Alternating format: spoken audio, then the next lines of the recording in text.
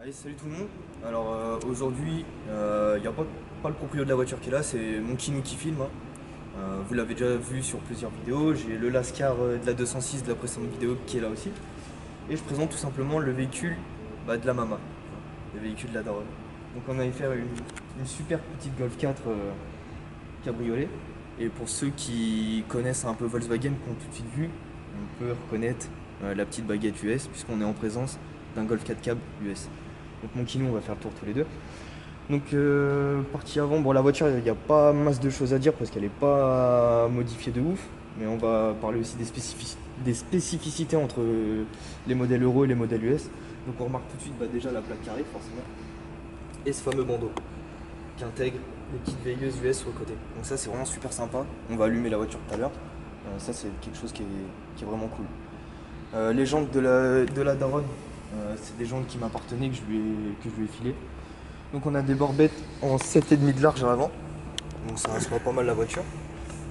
Au niveau des freins c'est classique, on n'a pas grand chose, hein. Juste des petits ressorts courts. Ce qui la rabaisse un tout petit peu sans la rendre trop tape-cul, hein. Ce qui nous t'atteste, hein, c'est encore super vivable. Ouais, c'est correct. C'est très correct. Donc pour une utilisation quotidienne, c'est amplement suffisant. Puis il faut pas oublier que c'est ma mère qui conduit la voiture, donc pas besoin d'avoir un bout de bois ou quoi. Ouais, j'ai oublié de parler, la voiture, elle a à peine 100 000 km. En termes de prix, on a une caisse à... On l'avait payé combien? C'était 4 700. Je crois, ouais. C'était 4 700 euros. Elle sort de cabine de peinture. Bon, elle sortait de cabine de peinture avant que ma mère l'achète. Donc elle était noire de base. Mais c'est pas le noir Volkswagen. C'est un noir Audi, c'est un noir qui est plus pailleté, plus métallisé. Donc c'est pas tout à fait la teinte d'origine. Donc elle a payé 4000 balles. C'est le même moteur que le Golf 3 GTI 16 à quelques différences près. Le moteur US c'est pas tout à fait pareil que le moteur Euro. Tu vas nous montrer ça plus tard de toute Ouais, façon. on va soulever le capot juste après. Ouais. Donc c'est la même puissance, juste il y a quelques petites diffs, notamment la pipe d'admission qui est un peu différente. Mais c'est le même moteur. Donc les fameuses borbettes qui sont en 7,5 de large à l'avant, 9 à l'arrière. Donc là à l'arrière c'est quand même beaucoup plus balèze. Et ce qui est cool c'est un peu ce côté un peu crapaud, un peu massif de la voiture. On peut le voir là derrière, comme ça ressort vachement bien. Donc ça c'est la seule c'est la seule petite modif qui a été faite depuis que ma mère est proprio de la voiture. Donc autre spécificité, le pare-choc arrière forcément, avec l'encadrement de plaques carrées, différent des Golf 4 européennes. La malle arrière qui a été décyclée. Et le pot Rémus. Magnifique silencieux Rémus, hein. Moi personnellement je suis pas très fan, il y a peu de gens qui aiment. Tant que ça plaît au propriétaire, c'est le principal.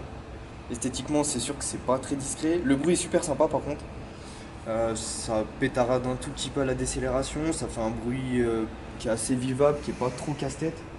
Mais c'est vrai que visuellement parlant, c'est pas super discret, c'est pas ce qui se fait de mieux. Mais bon. Elle a aussi son silencieux intermédiaire qui a été supprimé. C'est juste un tube maintenant. Donc ouais, une petite sonorité un peu sympa. Il n'y a pas vraiment de gain de perf, mais bon, c'est quand même cool. Donc là, c'est là où les plus gros des différences entre la version Euro et la version US se fait ressentir. Donc ce qui est vraiment cool sur cette config, c'est quand même l'intérieur crème. Le cuir beige c'est super sympa. Et ce que j'adore c'est surtout le tableau de bord qui est noir sur la partie supérieure et le bas du tableau de bord qui est beige. Donc au niveau des différences, il y a le petit porte-gobelet qui est au milieu. Je sais pas si tu peux la voir correctement. On voit pas des masses, hein. On voit bien là. Ça va. Donc le petit porte-gobelet. Celle-ci a le cuir chauffant. Donc ça il y a des Golf européennes qui l'ont, mais bon c'est toujours un petit plus. Le fameux compteur en miles. Je vais l'allumer tout de suite. Donc ça c'est des petites différences, mais bon ça apporte un petit cachet à la voiture. Hop. Désolé pour le bruit. Donc le compteur éclair bleu d'origine, puisque c'est pas une Golf 3, c'est une Golf 4. Les Golf 4 éclairent bleu de base. Et une des dernières modifs, une des dernières spécificités du cab américain, c'est tout simplement l'ouverture du coffre au milieu, qui est électrique, comme sur les Golf 3 hatchback aussi. On retrouve le petit bouton qui est juste ici. Donc elle a le régulateur de vitesse, en gros elle est quasiment full option. Donc elle est dans un état relativement correct, elle n'est pas neuve mais elle se porte plutôt pas mal, à conduire c'est vraiment sympathique. Hop. c'est là que ça devient vraiment sympa, c'est le petit bandeau qui s'allume devant.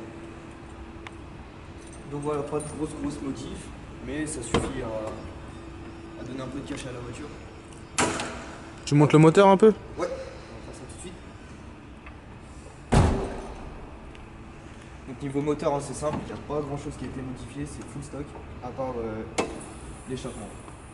Donc voilà, donc là on n'a pas de cornet, on n'a pas de filtre sport, il n'y a pas d'injecteur, il n'y a pas de carto, c'est vraiment le moteur d'origine.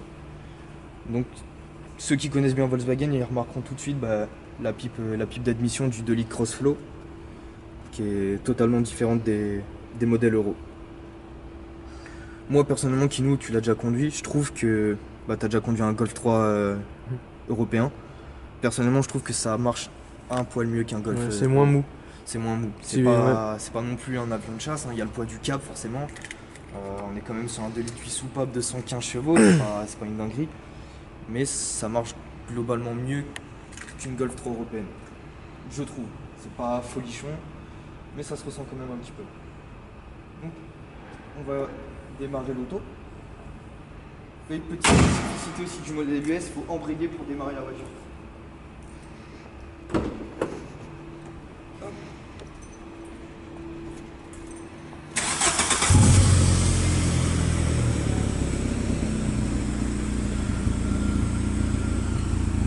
Donc à l'arrêt, on remarque que c'est super feutré, c'est super discret. Ça chante juste un poil ce qu'il faut, je trouve. Niveau sonorité, c'est très bien. Faut pas oublier que non plus c'est une daronne qui conduit la voiture. On n'est pas sur un full tube, on n'est pas sur une ligne groupée, on n'est pas sur l'inox, c'est vraiment la ligne d'origine avec juste le silencieux l'intermédiaire. Et je vais mettre un petit coup de gaz, c'est quand même mignon. Ça casse pas le crâne, pour conduire c'est quand même super sympa. C'est un petit plus. J'ai une petite question. Ouais. Elle roule au sans-plomb ou elle est en flex fuel du coup? Là, elle a sa cartographie d'origine. Normalement, elle est censée tourner à l'essence, mais qui n'a pas le même indice d'octane que chez nous en France. Donc elle n'a pas de carte flex fuel. Après, est-ce qu'elle tolère l'éthanol, j'en sais rien. Ma mère n'a pas essayé. Par contre, une chose c'est sûr, c'est que le samplon 95 E10 de chez nous, elle l'accepte pas du tout.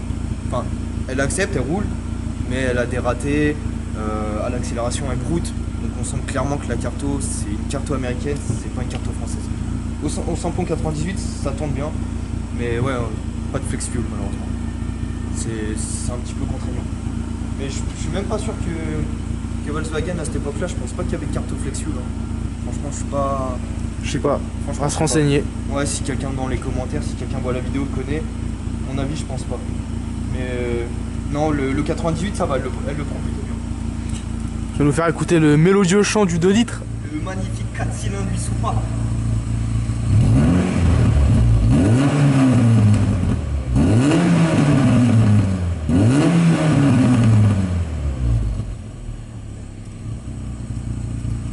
Voilà.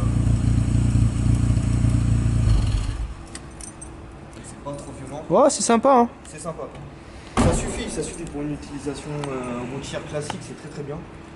Mais non, c'est une chouette caisse. Moi, pour l'avoir conduit plusieurs fois, c'est vraiment sympa. Le petit côté câble, l'intérieur cuir, c'est une petite présentation, je dirais pas haut de gamme, mais c'est quand même sympa, c'est toujours cool.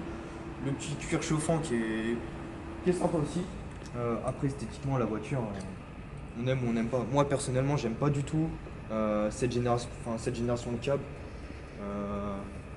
Pour ceux qui connaissent, la Golf 4 cab, c'est un Golf 3. C'est une Golf 3 tout simplement. Il y a juste la face avant qui a été changée, avec une face avec les optiques de la Golf 4, et le pare-choc arrière et la malle, parce que normalement la Golf 3 a la plaque sur la malle arrière et pas sur le pare-choc. Donc non, le fait qu'elle soit passée en carrosserie, ça lui apporte un petit cachet. Donc comme je vous ai dit, c'est 4700 € de mémoire. D'assurance, je saurais pas du tout le dire. Niveau consommation, sa tête, c'est pas très économique. Et non, l'état global de la voiture est bon. Comme j'ai dit, elle a pas beaucoup de kilomètres. Le seul truc, c'est que la voiture vient de Californie, donc ça c'est cool. Il n'y a pas un point de roue, il n'y a pas de corrosion, la voiture elle est juste nickel, elle dort en garage tout le temps. Juste, c'est une voiture US, boîte manuelle, l'embrayage et la boîte, et ils ont été sabrés. Ils ont clairement été sabrés. Donc là, la boîte a été changée. On n'est plus sur une boîte US, on est sur une boîte européenne. Ça, à mon avis, ça fait pas de grosses différences, je pense pas. Moi, je pense que le rapport de boîte, il change pas tellement Non, je pense pas. Peut-être à la limite, c'est comparé à peut-être le l'euro. dernier rapport, le rapport final peut-être pour l'autoroute, pour les highways américains, mais je pense que en soi, en termes de perf, ça doit être kiff-kiff. Et ouais, juste, bah, ils ont sabré l'embrayage et la boîte qui ont été changées. Donc, non, c'est une petite caisse sympa, c'est une caisse vraiment plaisir. À rouler tous les jours, c'est super agréable.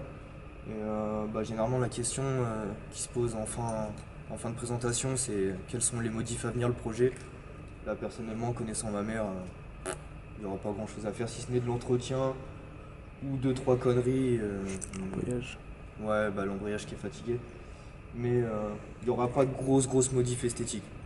Justement, elle voudrait peut-être justement retourner sur une garde de sol d'origine, retourner vraiment sur les ressorts de base. Mais bah, Kinou, toi le premier, et moi, bah, on lui dit non, laisse-la comme ça, en vrai, elle est très bien. Donc c'est c'est une petite présentation qui était fait un peu à l'improviste. C'est une voiture qui me tenait à présenter, même s'il n'y avait pas beaucoup de modifs. C'est quand même une voiture qui est plutôt rare. C'est une belle voiture quand C'est même. une belle voiture, ouais, c'est une voiture qui est en bon état. Donc Une vraie US, on n'en voit pas, on en voit pas beaucoup. ouais, Donc, voilà, c'est ça. C'est qu'il y a beaucoup dans le milieu Volkswagen, il y a beaucoup de Golf européennes maquillée. américanisées. Où on passe bah, le bandeau, les pare-chocs, bref, que ce soit Golf 3, Golf 4. Mais là, on a vraiment un modèle US qui vient de Californie, une vraie américaine. Et non, je trouvais ça plutôt intéressant de montrer ça. Les petites modifs, c'est moi je trouve de bon goût.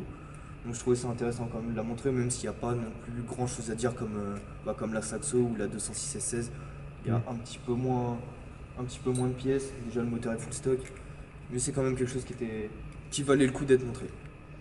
Donc à plus tout le monde et bah, prochaine voiture. Normalement si je me trompe pas ce serait une Golf 2 GTI. A plus tout le monde.